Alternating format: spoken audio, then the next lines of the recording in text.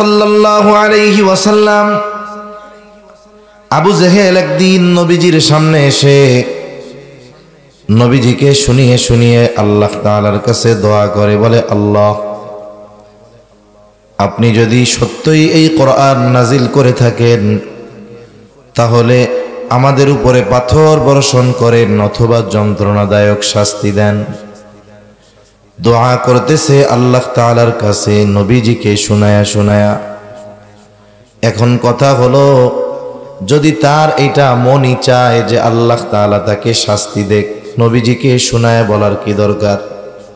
নিজে নিজে ঘরে আল্লাহ তাআলার কাছে বললেই তো হয়।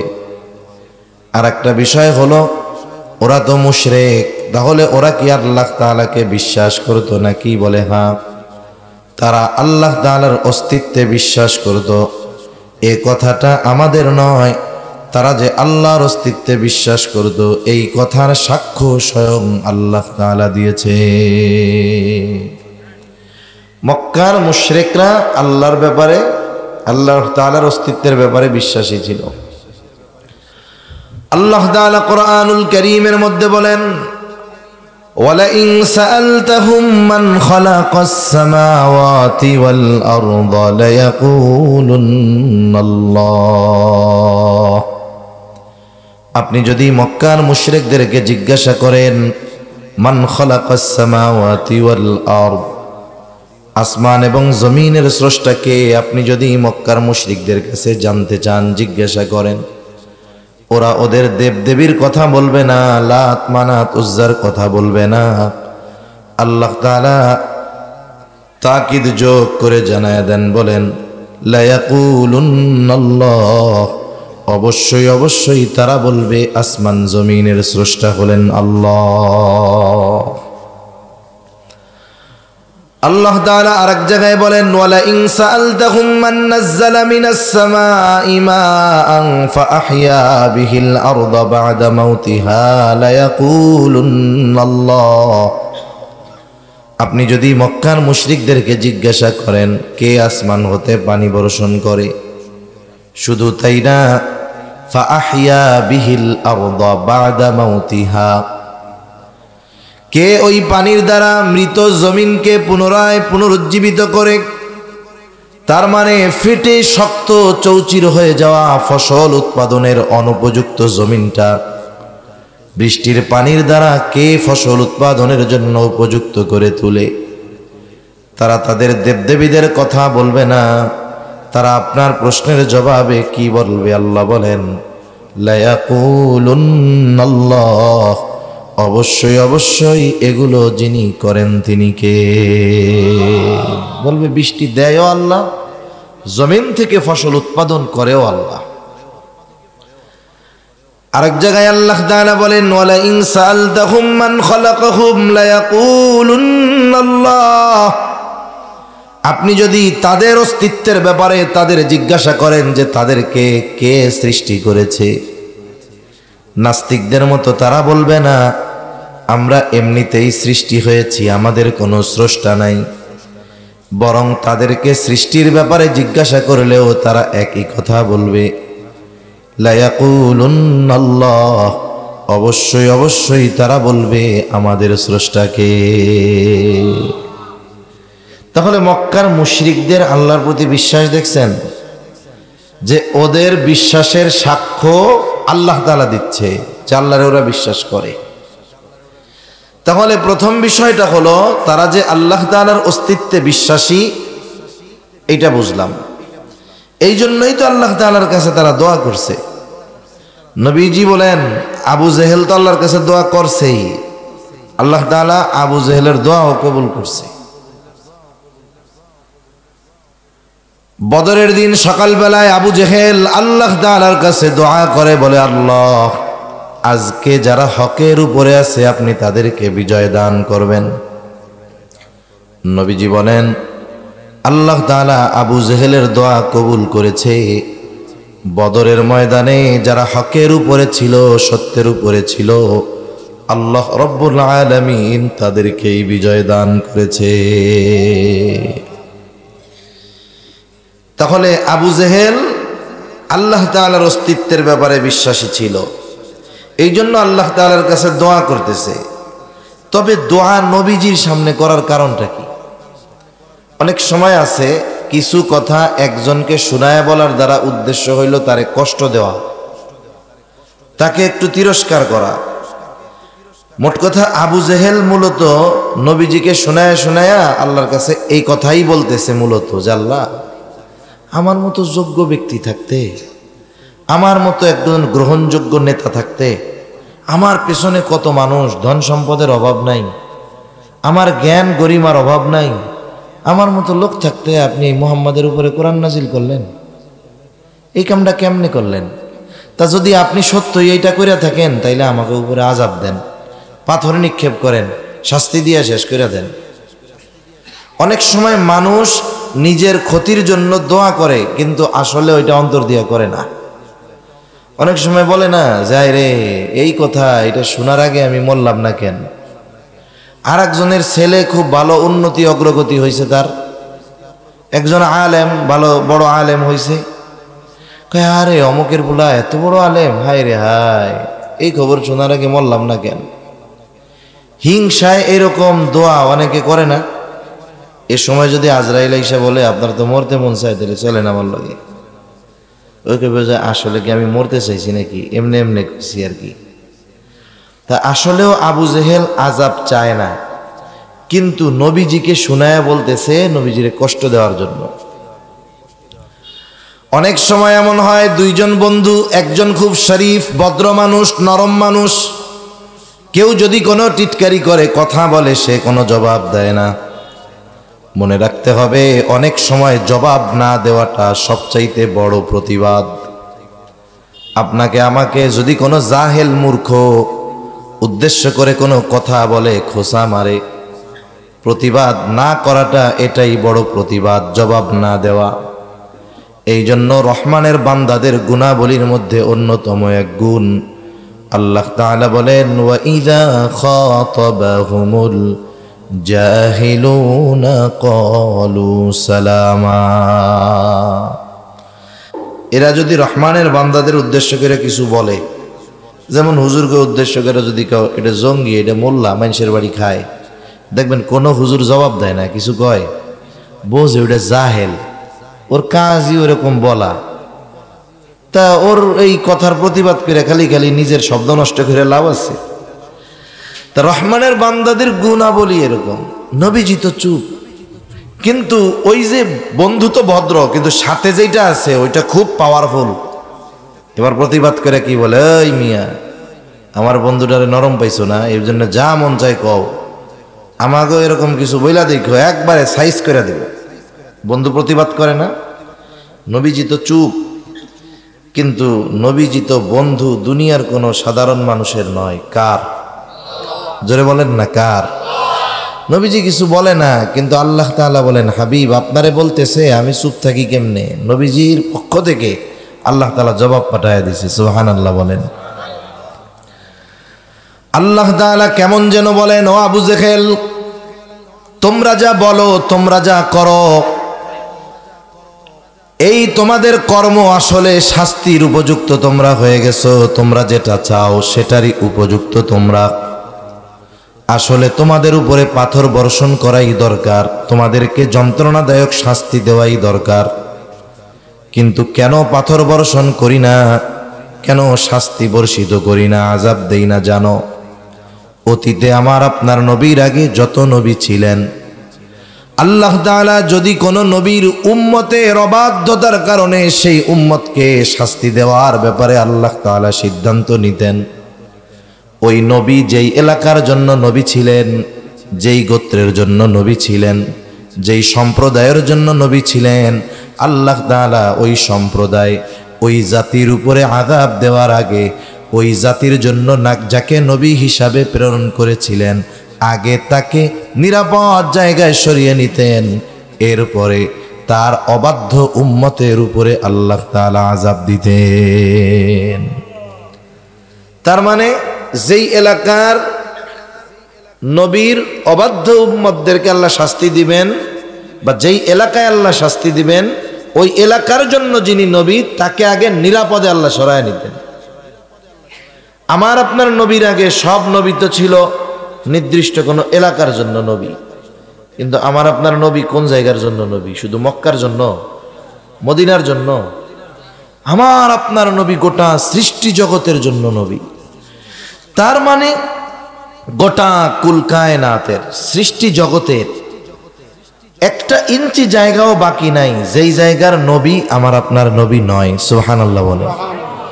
এখন বলেন, আল্লাহর যদি আযাব দিতে হয় তাইলে তো এই সৃষ্টি জগতের বাইরে কোনো জায়গায় নবীরে নিয়ে যাওয়ার দরকার।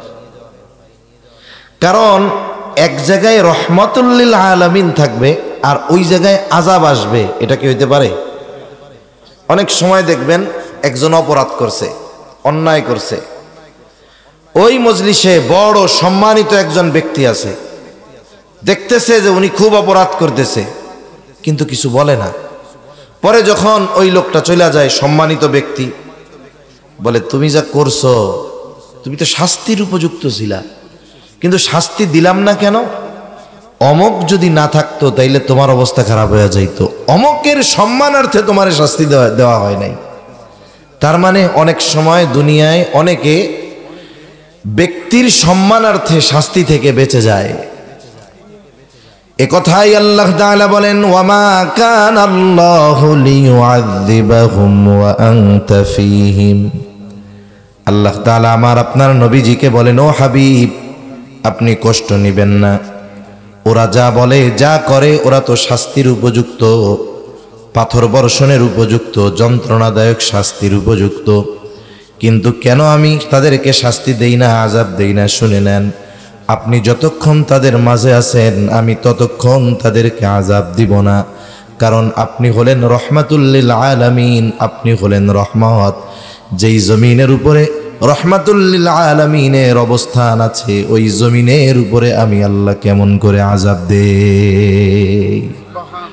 এরা যে সাইজ হয় না নগদে, এটা আপনার জন্যই হয় না, আপনার সম্মানার্থে আমি তাদেরকে আযাব দেই না। তাহলে চিন্তা করেন যে আমার আপনার নবীজির কল্যাণে কাফেররা তাদের অপরাধের কারণে নগদে শাস্তি পায় নাই, এই নবীজির কারণেই কিয়ামত পর্যন্ত আল্লাহ তাআলা এই উম্মতকে সমূলে ধ্বংস করে দিবেন না, মাঝে মধ্যে আযাব দিবেন যাতে আমরা অনুধাবন করি, পরিবর্তন হই।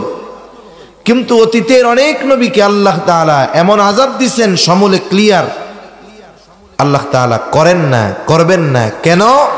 বলে আমার আপনার নবীজির কারণে। সুবহানাল্লাহ বলে। সেজন্য নবী রহমাতুল লিল আলামিন হওয়ার সুবিধা শুধু মুমিনরা না, কাফেররাও ভোগ করেছে, ভবিষ্যতেও তারা করবে। আমার আপনার নবীর কারণে সুবিধা তারা ভোগ করবে। তবে আমার আপনার নবীর তার ইমানদার উম্মতের প্রতি আলাদা মায়া, মোহাব্বত, ভালোবাসা, বরং কিছু কিছু ক্ষেত্রে অবাধ্য উম্মতের প্রতিও তার ভালোবাসা প্রকট, প্রবল। আব্দুল্লাহ ইবনে আমর ইবনুল আস রাদিয়াল্লাহু তাআলা আনহু থেকে বর্ণিত, নবীজি হঠাৎ করে কোরআন থেকে তিলাওয়াত করলেন। নবীজির সামনে অনেক সাহাবায়ে কিরাম আছে। নবীজি কোরআন থেকে তিলাওয়াত করলেন যা আল্লাহ তাআলা ইব্রাহিম আলাইহিস সালামের ব্যাপারে নাজিল করেছেন।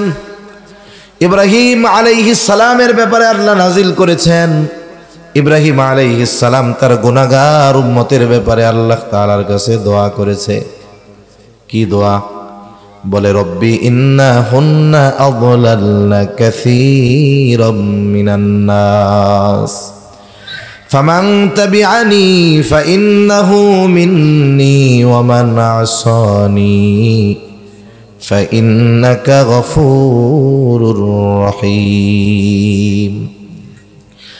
ইব্রাহিম আলাইহিস সালাম তার উম্মতের ব্যাপারে আল্লাহ তাআলার কাছে বলে, ও রব, এই প্রতিমাগুলো, এই মূর্তিগুলো অধিকাংশ মানুষকে পথচ্যুত করে ফেলেছে, পথভ্রষ্ট করে ফেলেছে। ফামান তাবিআনি ফাইন্নাহু মিন্নি, যে আমার আনুগত্য করেছে, তার মানে আমার কথা মেনে মূর্তি পূজা পরিত্যাগ করেছে, ঈমান এনেছে, ফাইন্নাহু মিন্নি, সে তো আমার দলভুক্ত।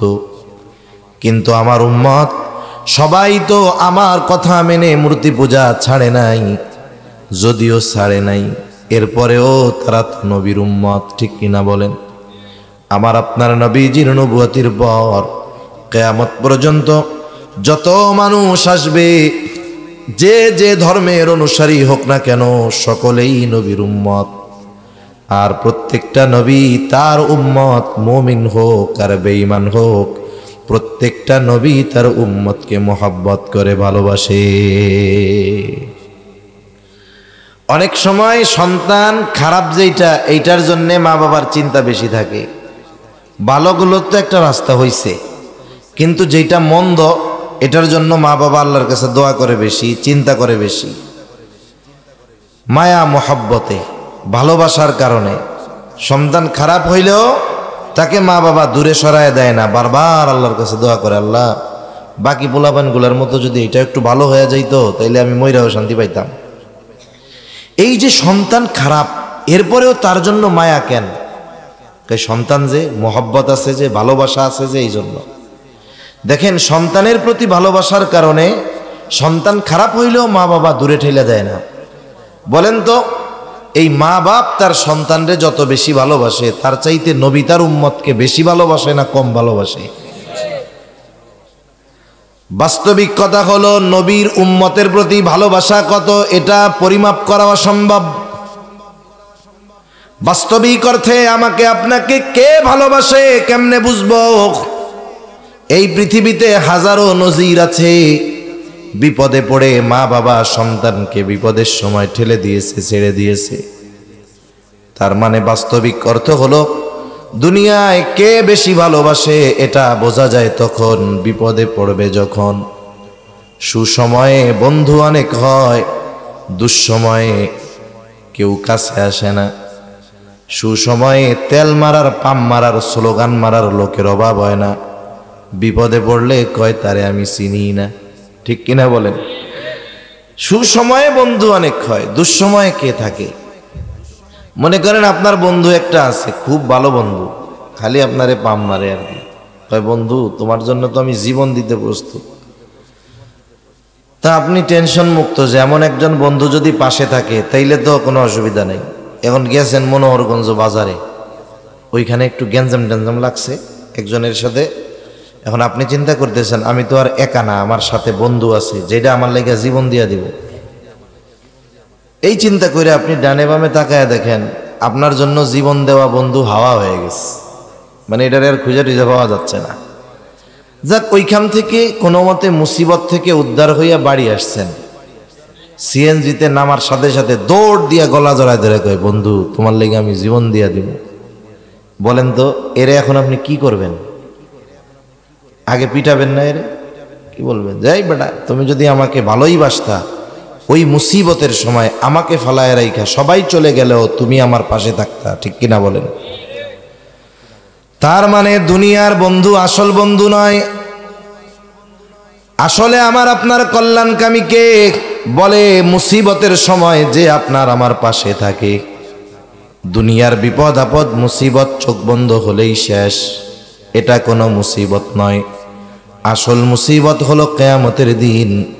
ওই মুসিবতের দিন যে আমাকে ভুলবে না, আমার পাশে থাকবে, আমাকে সাহায্য করবে, তার চাইতে বড় কল্যাণকামী আর কেউ হতে পারে না।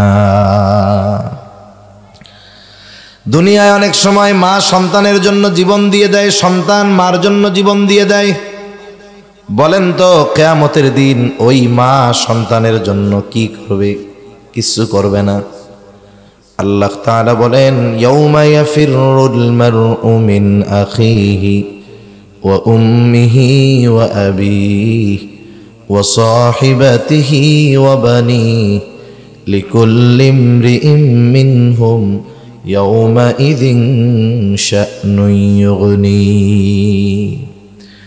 কিয়ামতের দিন ভাই ভাইয়ের থেকে পলায়ন করবে। ওয়া উম্মিহি ওয়া আবিহি, পিতামাতার থেকে পলায়ন করবে। ওয়া সাহিবাতিহি ওয়া বানিহি, স্ত্রী সন্তানদের থেকে পলায়ন করবে। দুনিয়াতে একটা মানুষ সারাদিন কষ্ট করবার পর, পরিশ্রম করবার পর, যখন সে তার সন্তানের চেহারা দেখে, মা বাবার চেহারা দেখে, স্ত্রীর চেহারা দেখে, কষ্ট দূর হয়ে যায়।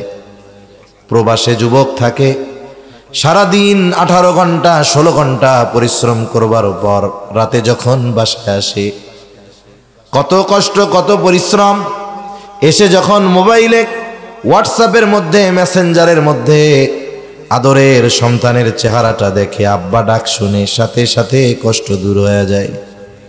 তাহলে দুনিয়ায় মানুষ কষ্ট দূর করার জন্য মা বাবাকে দেখে, মা বাবার কথা বলে, সন্তানের চেহারা দেখে কথা বলে। আর কিয়ামতের দিনের কষ্ট মুসিবত দূর করার জন্য মা বাবার চেহারা দেখবে না, সন্তানের চেহারা দেখবে না, বরং ওই দিন সন্তানের চেহারা দেখা তার জন্য আরো বেশি কষ্টের কারণ হয়ে দাঁড়াবে।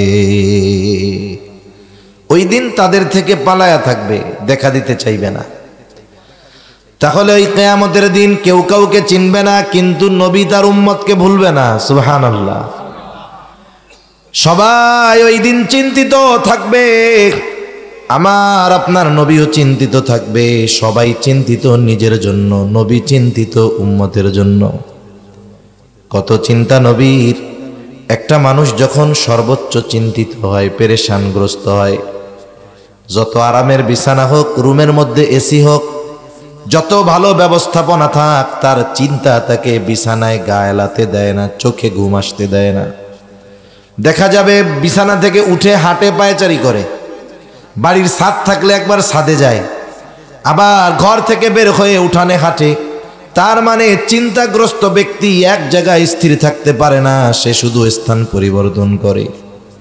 কিয়ামতের দিন উম্মতের চিন্তায় নবীজিও এক জায়গায় থাকবেন না।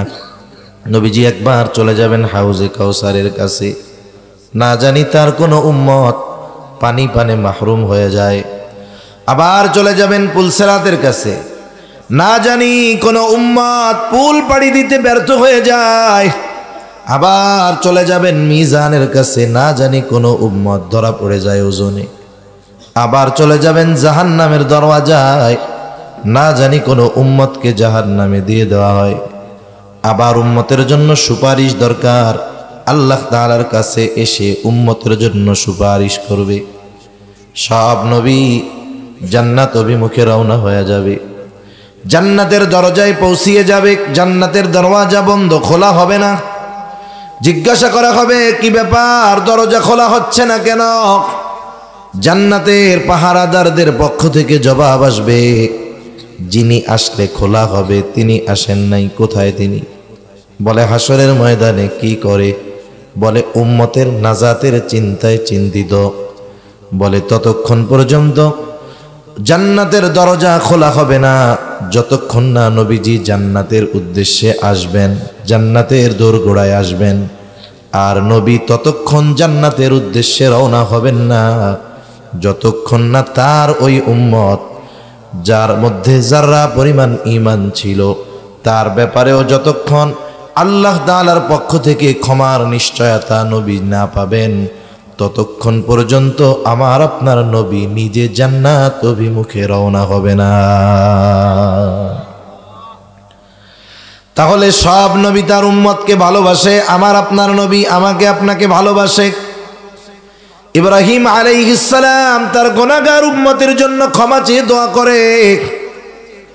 وقال عيسى عليه السلام إن تعذبهم فإنهم عبادك وإن تغفر لهم فإنك أنت العزيز الحكيم।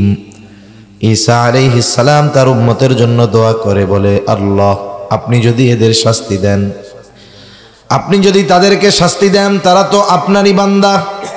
ওয়া ইন তাগফির লাহুম, আর যদি আপনি তাদেরকে মাফ করে দেন, ক্ষমা করে দেন, ফাইন্নাকা আনতাল আজিজুল হাকিম, আপনি মহাপরাক্রমশালী মহাপ্রজ্ঞাময়। তার মানে সেও কইতে চায়, আল্লাহ আমার গুনাহগার উম্মত আপনারই তো বান্দা, আপনি চাইলে তাদের মাফ করে দিতে পারেন। আপনি তো আজিজ, আপনি তো হাকিম, আমার এই গুনাহগার উম্মত আপনার বান্দাদেরকে আপনি মাফ করে দেন। দুই নবী তার গুনাহগার উম্মতের জন্য ক্ষমা চেয়ে আল্লাহ তাআলার কাছে দোয়া করছে। একজনের বাবা নাই, বাবা যে দুনিয়ায় নাই, বাপের কথা সব সময় তো মনে পড়ে, তাই না? কিন্তু মাঝে মধ্যে একটু বেশি মনে পড়ে। অনেকে যখন বাবার আলোচনা করে, বাবার স্মৃতি মনে পড়ে, তখন একটু মনে বেশি পড়ে, তখন চোখ দিয়ে পানিও আসে। নবীজি উম্মতের চিন্তা সবসময় করেন, উম্মতের ব্যাপারে মায়া মোহাব্বত সবসময় দিলের মধ্যে আছে। কিন্তু এই দুই নবীর দোয়া তিলাওয়াত কইরা উম্মতের প্রতি চিন্তা মায়া এটা বহুগুণে বেড়ে গেছে, দরদ উতলায়া পড়তেছে। নবীজি আবার কি করলেন, বলে ফারাফা ইয়াদাইহি ওয়া ক্বালা আল্লাহুম্মা উম্মতি উম্মতি ওয়া বাকা। নবীজি দুই হাত উঁচু করে দিলেন আর বলেন আল্লাহুম্মা উম্মতি উম্মতি, আয় আল্লাহ আমার উম্মত আমার উম্মত। শুধু এই কথা বলেন আর দুই চোখ দিয়ে অজর ঝরায় পানি পড়তেছে চক্ষু বেয়ে। নবীজি আর কোনো কিছুই বলেন না, শুধু বলেন আল্লাহ আমার উম্মত আমার উম্মত। নবীজি যদিও কিছু বলেন না, কিন্তু মূলত কি বলতে চায় দুনিয়ার কেউ না জানলেও যিনি জানেন তিনি কে। অনেক সময় মানুষের অঙ্গভঙ্গিমা অনেক কথা বলে দেয়। এই যে মাদ্রাসা, মনে করেন অনেক দূরের ছোট ছোট ছাত্ররা পড়ে, মাদ্রাসায় থাকে। অনেক সময় বৃহস্পতিবার আসরের পর অনেক ছোট বাচ্চা হুজুরের কাছে আসে, আইসা বৈশা খালি কান্না করে, কিছু বলে না। কিন্তু বলেন তো, বৃহস্পতিবার বিকালে যদি কোনো ছোট বাচ্চা হুজুরের কাছে আইসা কান্না করে, এই কান্নার কারণটা কি? হুজুর কি বুঝে কি বুঝে না? কি বুঝে? কন্দ বাড়ি যাইতে চায়, ছুটি চায়, বোঝার পরেও কয় কান্দ কেন? ও মনে মনে কে কি জন্য কান্দে হুজুর, বোঝার পরেও জিগায় কেন? এবার দুঃখে আরো জোরে কান্দে। এবার ওস্তাদ বলে যতই কান্নাকাটি করো লাভ নাই, কেন কান্দো আগে এটা কও। এইবার কান্না জড়িত কণ্ঠে ছেলেটা যখন বলে হুজুর আমার একটু বাড়িতে যাইতে মন চাইতেছে, ছোট ভাইটার লাইগা একটু কলিজার মধ্যে পড়ে, মাকে একটু দেখতে মন চায়। এইবার ওস্তাদজি হাসি দিয়া কয় ঠিক আছে যাও, আগামীকাল মাগরিবের আগে চলে আসবা।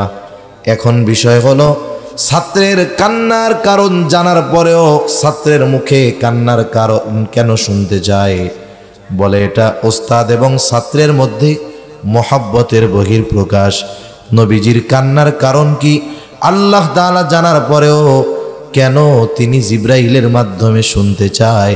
বলে এটা হলো নবীজির প্রতি আমার আপনার রবের মোহাব্বতের বহিঃপ্রকাশ।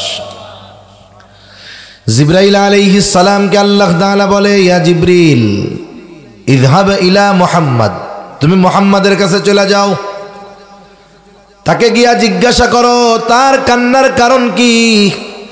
জিব্রাইল আলাইহিস সালাম চলে আসছে, এসে বলে ও মুহাম্মদ কেন কান্না করেন? যদিও আপনার কান্নার কারণ আপনার মালিক জানে, এরপরেও আপনার কাছে তিনি জানতে চায়। এইবার নবীজি সুযোগ পাইছেন, একেবারে মন ভইরা উম্মতের কথা সব বলছেন। জিব্রাইল আলাইহিস সালাম চলে গেছে, গিয়া বলে আল্লাহ আপনার হাবিবের কান্নার কারণ হলো তার উম্মতের মাগফিরাত, তার উম্মতের জন্য ক্ষমা।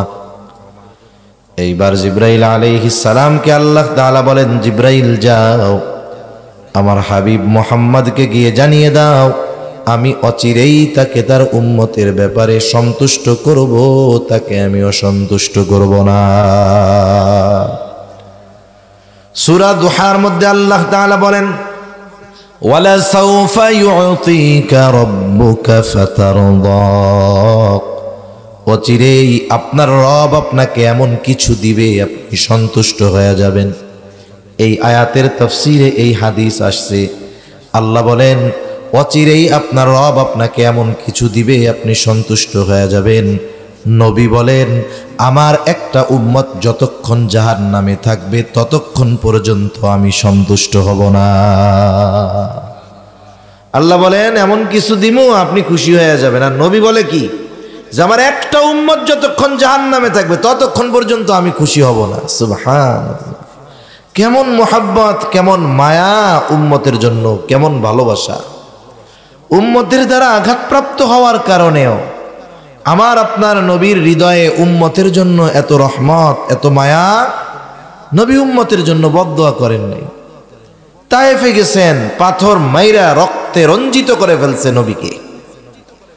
অবস্থা কত করুন, গা বেয়ে বেয়ে রক্ত পড়ে পড়ে, গায়ের কাপড় ভিজে রক্ত, পা বেয়ে বেয়ে জুতার মধ্যে ঢুকে, জুতায় রক্ত শুকায় আটকে গেছে পায়ের সাথে জুতা। পড়ন্ত বিকালে নবীজি বিশ্রাম নিচ্ছেন এক আঙ্গুর বাগানের পাশে। জিবরাইল আলাইহিস সালাম আসলেন, এসে সালাম দিলেন, ইয়া রাসূলুল্লাহ, এই উম্মত, এই কওম আপনার সাথে কেমন আচরণ করেছে আপনার মালিক সব দেখছে। আজকে আমার সাথে নতুন একজন ফেরেশতা পাঠিয়েছে, যাকে আগে পাঠানো হয় নাই। এইবার ওই ফেরেশতা নবীজিকে এসে সালাম দিয়ে বলে, ইয়া রাসূলুল্লাহ, এই কওম আপনার সাথে কেমন আচরণ করেছে আপনার মালিক সব দেখছে। আমি পাহাড়ের দায়িত্বে নিয়োজিত ফেরেশতা, আমাকে পাঠানো হয়েছে আপনার আদেশ পালন করার জন্য। আপনি যদি আমারে অর্ডার দেন, নির্দেশ দেন, 2টা পাহাড় দিয়ে ওদেরকে আমি পিষে দিব যারা আপনার সাথে এমন আচরণ করেছে। নবীজি প্রতিশোধ পরায়ণ ছিলেন না, বরং নবীজিকে যদি কেউ কষ্ট দিত, যদি সেটা ব্যক্তিগত বিষয় হতো, যত কষ্ট দিক না কেন নবীজি তাকে ক্ষমা করে দিতেন। আমরা হইলে কি করতাম? আমরা তো 10, 15, 20 বছর আগের ছোট কোনো বিষয়ের প্রতিশোধ নেওয়ার সুযোগ পাইলে নিয়ে বসি। নবীজি ক্লান্ত, যখন বলছে আপনি নির্দেশ দিলে 2 পাহাড় দিয়ে এদেরকে পিষা দিব, নিশ্চিহ্ন করে দিব। নবীজি আরাম করতেছিলেন, উঠা বসলেন, উঠে বলতেছে যে আরে তুমি তো বলতেছো নির্দেশ দেন 2টা পাহাড় দিয়ে এদেরকে আমি পিষে দেই, শেষ করে দেই, কিন্তু এদের ব্যাপারে আমার চিন্তা কি? নবীজি বলেন, বাল আরজু আই ইয়াখরুজাল্লাহু মিন আসলাবিহিম মান ইয়াবুদুল্লাহ ওয়াহদাহু ওয়া লা ইউশরিকু বিহি শাইআ। আরে তুমি তো কও যে নির্দেশ দেন 2 পাহাড় দিয়ে পিষা দেই, আর আমি এদের ব্যাপারে আল্লাহর কাছে কি আশা করতেছি? আই ইয়াখরুজাল্লাহু মিন আসলাবিহিম, এরা হয়তো আমার কথা মানে নাই, কিন্তু আমি আল্লাহর কাছে আশা পোষণ করি আল্লাহ তাআলা এদের মধ্য থেকে এমন এক সম্প্রদায় বের করবে, এমন এক কওম বের করবে, তারা এক আল্লাহর ইবাদত করবে, তার সাথে কারো শরীক করবে না। তাহলে যাদের দ্বারা আঘাতপ্রাপ্ত হয়েছেন তাদেরকে প্রতিশোধ নেন নাই, বরং উল্টা কি আশা করতেছে? যে এরা হয়তো আনলো না ঈমান, কিন্তু এদের সন্তানেরা হয়তো আনবে। এখন এদের যদি শেষ করে দেওয়া হয়, তাহলে ওই জেনারেশনের এই পৃথিবীতে আসার যেই ধারা আল্লাহ রাখছেন এটা বন্ধ হয়ে যাবে। তাহলে নবীজির ভালোবাসা সামনে যারা ছিল শুধু তাদের উপরে নয়, বরং কিয়ামত পর্যন্ত যারা আসবে তাদের প্রতি নবীজির ভালোবাসা আছে না নাই? আছে। নবীজি আমাদের কত ভালোবাসেন, সবার কথা বাদ দেন, অনেক হাদিস বলা যাবে, ঘটনা বলা যাবে নবীজির উম্মতের প্রতি ভালোবাসা কেমন।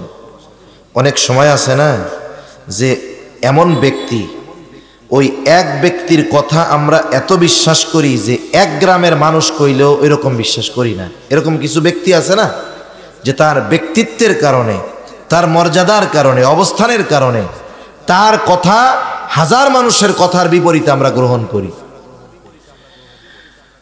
তা আল্লাহ তাআলাই স্বয়ং আমাদের জানিয়েছেন যে নবী কত ভালোবাসেন আমাদের।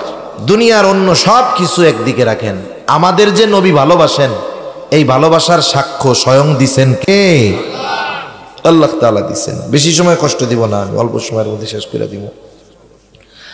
আল্লাহ তাআলা বলেন, লাকাদ জাআকুম রাসূলুম মিন আনফুসিকুম আজিজুন আলাইহি মা আনিতুম হারিসুন আলাইকুম বিল মুমিনিনা রাউফুর রহিম। একটু খেয়াল দিয়ে আমরা কথাগুলো শুনবো ইনশাআল্লাহ। আল্লাহ তাআলা বলেন, লাকাদ জাআকুম রাসূলুম মিন আনফুসিকুম, তোমাদের মধ্য থেকে তোমাদের জন্য এমন একজন রাসূল এসেছেন। কেমন সেই রাসূল? তোমাদের জন্য সে কেমন? আল্লাহ তাআলা এই আয়াতে নবীজির 4টি গুণের কথা বলতেছেন। কয়টা গুণ? 2টা হলো সবার জন্য, আর দুইটা হলো স্পেশাল ভাবে শুধু মুমিনদের জন্য। আল্লাহ তাআলা 1 নম্বরে বলেন আজিজুন আলাইহি মা আনিতুম, এই রাসূল হলেন এমন এক রাসূল যেটা তোমাদের জন্য কষ্টের, সেটা তার জন্য কষ্টের। তার মানে তোমরা যেটাতে কষ্ট পাও সেও সেইটাতে কষ্ট পায়। এখন কষ্টের বিষয়টা তো ভিন্ন, কষ্টের কোনো ঘ্রাণ নাই, গন্ধ নাই যে আমার কষ্ট লাগলে আরেকজন কষ্টের গন্ধ পাবে। তাহলে আমার যদি কষ্ট হয় আরেকজনের কষ্ট লাগে কেমনে? আসলে এটা লাগার জন্য যেই কানেকশনটা দরকার সেটা হলো মোহাব্বতের কানেকশন দরকার। মনে করেন একজনের ছেলে যদি অসুস্থ হয়, ওই সন্তানের বাপ যে কষ্ট পাবে আমি সেই কষ্ট পাবো না। বরং অনেক সময় তো এমন হয় মোহাব্বতের কারণে স্বয়ং কষ্টে যে আছে তার চাইতে তাকে যারা দেখতেছে তারা আরো বেশি কষ্ট পায়। ঠিক কিনা বলেন? আপনার সন্তান অসুস্থ, যার সন্তান আছে সে বুঝবে। প্রচন্ড অসুস্থ, হসপিটালের বিছানায় আছে, আইসিইউতে আছে, সিসিইউতে আছে, লাইফ সাপোর্টে আছে, কত কষ্ট তার। এ কথা বাস্তব। কারো সন্তান যদি ওই রকম অসুস্থ থাকে, ওই সন্তান অসুস্থতায় যত কষ্ট পায় তার চাইতে তার মা বাবা আরো বেশি কষ্ট পায়। কেন পায়? বলে মোহাব্বতের কারণে। ঠিক কিনা বলেন? মা বাপ যদি সন্তানের কষ্টে মোহাব্বতের কারণে কষ্ট পেতে পারে, তাহলে নবী কি উম্মতরে মা বাবার চাইতে কম ভালোবাসে নাকি? এই জন্য উম্মতের জন্য যেটা কষ্টের, ওই যে নবী উম্মতরে বেশি ভালোবাসে, এই জন্য ওইটা নবীর জন্য কষ্টের হয়। একথাই আল্লাহ তাআলা বলেন তিনি হলেন আজিজ, সমব্যথী। উম্মতের কষ্ট তার কষ্টের কারণ হয়। শুধু তাই না, হারিসুন আলাইকুম, তিনি তোমাদের জন্য কল্যাণকামী। নবীজি সবার জন্য কল্যাণকামী। এই জন্য উম্মতের কোনটাতে কল্যাণ নবীজি সেটাই চিন্তা করে দেন। সেটা ইবাদতের বিষয় হোক, অন্যান্য বিষয় হোক। যেমন নবীজি ধারাবাহিকভাবে একাধারে রমজানের পুরা 30 দিন মসজিদে তারাবি পড়েন নাই, 3 দিন পড়ছে। কেন পড়েন নাই? তিনি আশঙ্কা করতেছিলেন এটা যদি আমি ধারাবাহিক করে নেই আর আল্লাহ তাআলা যদি এই আমলটা আমার উম্মতের জন্য ফরজ করে দেন, তাহলে এটা আমার উম্মতের জন্য কষ্টকর হয়ে যেতে পারে। চিন্তা করছেন এটা উম্মতের জন্য তো কষ্টের হইতে পারে, যদিও ইবাদত। নবী এটা চান নাই যে এমন কিছু আল্লাহ তাআলা উম্মতের জন্য করে দিক যেটা উম্মতের জন্য কষ্টসাধ্য হয়ে যায়। এই জন্য নবীজি ধারাবাহিকভাবে গোটা রমজান মসজিদে জামাতের সাথে তারাবি আদায় করেন নাই। চিন্তা করছেন উম্মতের জন্য কষ্ট হয়ে যেতে পারে। আবার নবীজি আর হাদিসের মধ্যে বলেন আল্লাহ তাআলা প্রত্যেকটা নবীকে তার উম্মতের ব্যাপারে বিশেষ এক একটা দোয়া করার সুযোগ দিয়েছে এবং ওই দোয়া কবুলের প্রতিশ্রুতিও আল্লাহ তাআলা দিয়েছেন। সব নবী তার উম্মতের ব্যাপারে ওই দোয়া দুনিয়ায় করে ফেলছে। আমার আপনার নবী ওই দোয়াটাকে সংরক্ষণ করে রাখছেন কেন? বলে কিয়ামতের দিন, ওই দিন এই দোয়াটা যদি উম্মতের জন্য করা হয় বেশি কল্যাণকর হবে। এই জন্য নবী দোয়াটাকে সংরক্ষণ করে রাখছেন। কিয়ামতের ওই কঠিন মুসিবতের দিন ওই দোয়াটা আল্লাহর নবী উম্মতের জন্য সুপারিশ হিসাবে আল্লাহ তাআলার কাছে করবে। তাহলে নবী সবার জন্য সমব্যথী, কল্যাণকামী।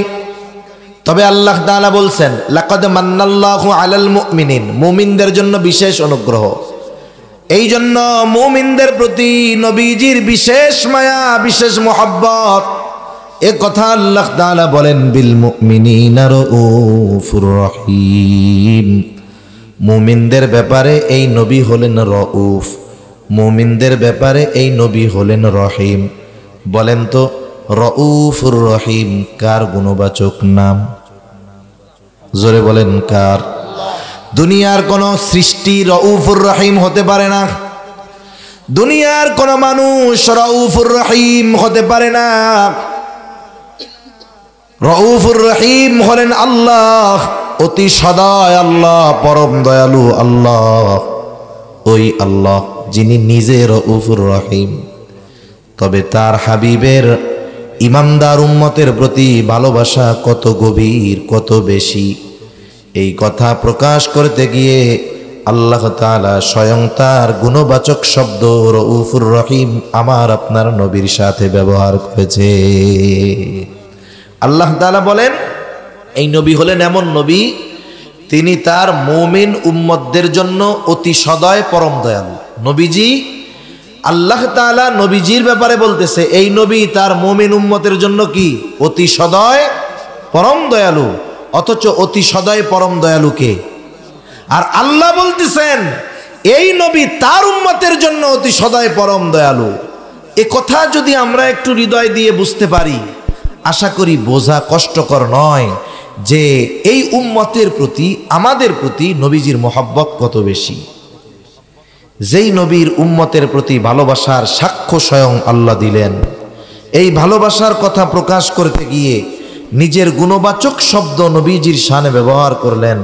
বলেন তো, সেই নবীর প্রতি আমাদের ভালোবাসা সর্বোচ্চ হওয়ার দরকার আছে না নাই?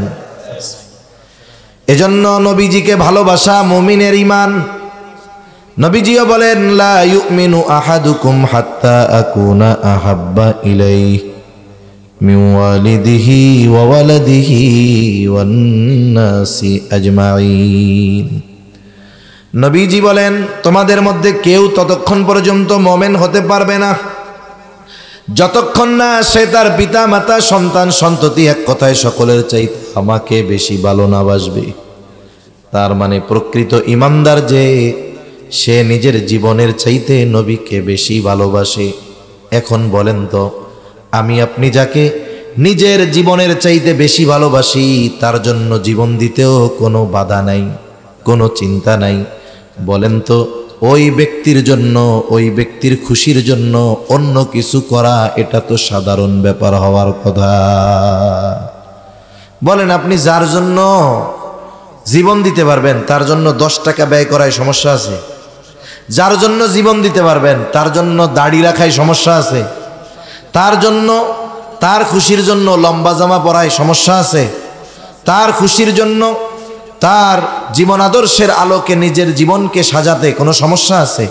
আপনি তো তার জন্য জীবনই দিতে পারবেন, তাইলে তার জন্য, তার অনুসরণ করতে, তার খুশির জন্য তার অনুকরণ করতে সমস্যা কোথায়? বলে সমস্যা এই জায়গায়। আমরা জীবন দিতে প্রস্তুত কিন্তু দাড়ি রাখতে প্রস্তুত নাই। আমরা জীবন দিতে প্রস্তুত কিন্তু সুন্নাত মানতে আমরা প্রস্তুত নাই। তাহলে চিন্তা করেন, এই ভালোবাসার মধ্যে ফাঁক ফকর আছে না? আছে। এর অনেকে আবার চিন্তা করে, হুজুরের দাড়ির কথা শুধু বলে কেন? আসলে দাড়ি তো এমন একটা সুন্নাত যেটা অনেক সুন্নাত পালনে সহায়ক হয়।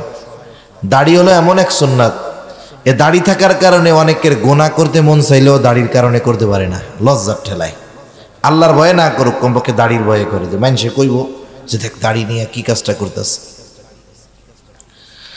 তাহলে নবীজিকে ভালোবাসা এটা মুমিনের ঈমান। আর বাস্তবতা হলো মৌখিক স্বীকৃতির মাধ্যমেই নবীজির ভালোবাসার প্রমাণ হয় না, বরং নবীর ভালোবাসার প্রমাণ দিতে হয় নবীর অনুসরণের মাধ্যমে। এজন্য নবী বলেন, আমাকে কে ভালোবাসে? নবী বলেন, মান আহাব্বা সুন্নতি ফাকাদ আহাব্বানি ওয়া মান আহাব্বানি কানা মাই ফিল জান্নাহ। নবীজি বলেন, যে আমার সুন্নাতকে মহাব্বত করলো সে আমাকে মহাব্বত করলো, আর নবীকে যে মহাব্বত করবে সে নবীর সাথে জান্নাতে অবস্থান করবে। নবীর সাথে জান্নাতে অবস্থান করার অফার যদি গ্রহণ করতে হয়, আগে জান্নাতে যাওয়া লাগবে। এখন জান্নাতে কে যাবে? নবীজি বলেন, কুল্লু উম্মতি ইয়াদখুলুনাল জান্নাতা ইল্লা মান আবা। নবী বলেন, আমার সব উম্মত জান্নাতে প্রবেশ করবে, আবা উম্মত ছাড়া। জিজ্ঞাসা করা হলো, ইয়া রাসূলুল্লাহ, আবা উম্মত কারা? নবীজি বলেন, মান আতাআনি দাখালাল জান্নাহ ওয়া মান আসানি ফাকাদ আবা। বলে আমার আনুগত্য যারা করবে জান্নাতে প্রবেশ করবে, যারা আমার আনুগত্য করবে না ফাকাদ, তারা হলো আবা উম্মত, তাদের অবস্থান হলো জাহান্নাম। তাহলে নবীর আনুগত্য করার মাধ্যমে নবীর সুন্নাতকে মোহাব্বত এবং অনুসরণ করার মাধ্যমেই মূলত নবীজিকে ভালোবাসা হয়, ঠিক কিনা বলেন? এখন নবীর অনুসরণ করতে গেলে ইসলাম বিদ্বেষী নবী বিদ্বেষীরা অনেক কথা বলে। যদি যুবক মানুষ দাড়ি রাখে, মানুষে খোসা মারা কথা কয়, যে আগে বাইয়া কইতো দাড়ি রাখার পরে চাচা কয়, এরকম বলে না? এখন যার জন্য জীবন দিতে পারবো তার জন্য একটু যদি মানুষের কথা শুনতে হয়, শুনলাম, অসুবিধা কোথায়? কারণ এই দুনিয়া থেকে মানুষের সফর শুরু হয় কবর জগতে, কবরে রাখার মাধ্যমে, তাই না? কবরে আমাদের সবাইকে রাখে। কবরের ভিসাটা কি? কবরে এক দেশের থেকে আরেক দেশে গেলে ভিসা লাগে না? ভিসা লাগে তো, পাসপোর্টে ভিসা লাগে না? লেখা দেয় যে উনি একজন বৈধ নাগরিক। যদি এই দেশের বৈধ নাগরিক না হয় তাহলে পাসপোর্টের মধ্যে ওই দেশের অনুমতিও পায় না, ভেরিফিকেশনে ধরা পড়ে যায়। এখন যখন মৃত্যু আসবে, আমার আপনার মৃত্যু হবে, সবার মরতে হবে। মানুষ যখন মারা যায়, গোসল দেওয়ার পরে, কাফন পরাইয়া, জানাজা দেওয়ার পরে কবরের মধ্যে নিয়ে যায় না রাখার জন্য। এই যে একেবারে দুনিয়ার জমিন থেকে শেষ অবস্থা, এখন তার লাশটা খাটিয়ার মধ্যে কবরের মধ্যে নামাবে, উপর থেকে দুইজন ধরায়া দেয়, নিচে দুইজন কবরের মধ্যে থাকে, লাশটা ধইরা নিচে নেয়, কবরের মধ্যে রাখে, আর একটা দোয়া কয়। দোয়া কয় না একটা? কি দোয়া জানি কয়? সারা বাংলাদেশে মনে হয় একই দোয়াই কয়, তাই না? অন্যান্য জায়গায় তো অন্য কিছু আর কয় না, এইটাই কয়, সারা দেশেই কয়। তো এই যে দোয়াটা আজকে একজনের ব্যাপারে বলতেছে, আমরা শুনতেছি, একদিন আমার আপনার ব্যাপারেও বলবে, তাই না? বলবে তো নাকি? এ কথা বলবে। এখন এই দোয়াটার সারমর্মটা কি? আসলে বুজুর্গানে দিন বলেন, এই দোয়ার তো একটা অর্থ আছে, অন্তর্নিহিত অর্থ আছে। একটা হলো শাব্দিক অর্থ, আরেকটা হলো এর অন্তর্নিহিত অর্থ, যেই অর্থটা আপনি কাগজে কলমে পাবেন না, যেই অর্থটা আমাকে আপনাকে হৃদয় দিয়ে অনুধাবন করতে হবে। কি বলে মূলত ওই লোকটারে যখন কবরে রাখে, এখন কবরের মধ্যে ফেরেশতা আসবে না, ওই জায়গায় তো একটা ইমিগ্রেশনে অনেক প্রশ্ন হয় না, যদি ভিসায় ঝামেলা থাকে, উল্টাপাল্টা হয়, তা ওইটা হলো মূলত ওনার ইমিগ্রেশন। এক দেশ থেকে আরেক দেশে যাইতে হইলে এই ইমিগ্রেশন পাড়ি দেওয়া লাগে, ওইখানেই কাগজপাতি যাচাই হয়। ওই পারে যদি বৈধ হয়, সব ঠিক থাকে, ওই পারে তার আরাম। আর যদি ইমিগ্রেশনে উল্টোপাল্টা হয় তাহলে মামলা হবে, এই হবে, পাসপোর্টে ব্ল্যাক লিস্ট, রেড লিস্ট মেরে দিবে, আর ও দেশে যাইতে পারবে না। বিসমিল্লাহি ওয়া আলা মিল্লাতি রাসূলিল্লাহ মূলত বলে আল্লাহ আপনার নামে এমন এক ব্যক্তিকে এখন কবরস্থ করতেছি যার গোটা হায়াত মিল্লাতি রাসূলিল্লাহ, বলে আই সুন্নতি রাসূলিল্লাহ, রাসূলের সুন্নাতের উপরে যার গোটা হায়াত অতিবাহিত হয়েছে। সে যখন মারা গেছে, ওয়া আলা সুন্নতি রাসূলিল্লাহ, আল্লাহর নবীর সুন্নাতের উপরেই ছিল, রাসূলের সুন্নাতের উপরে ছিল।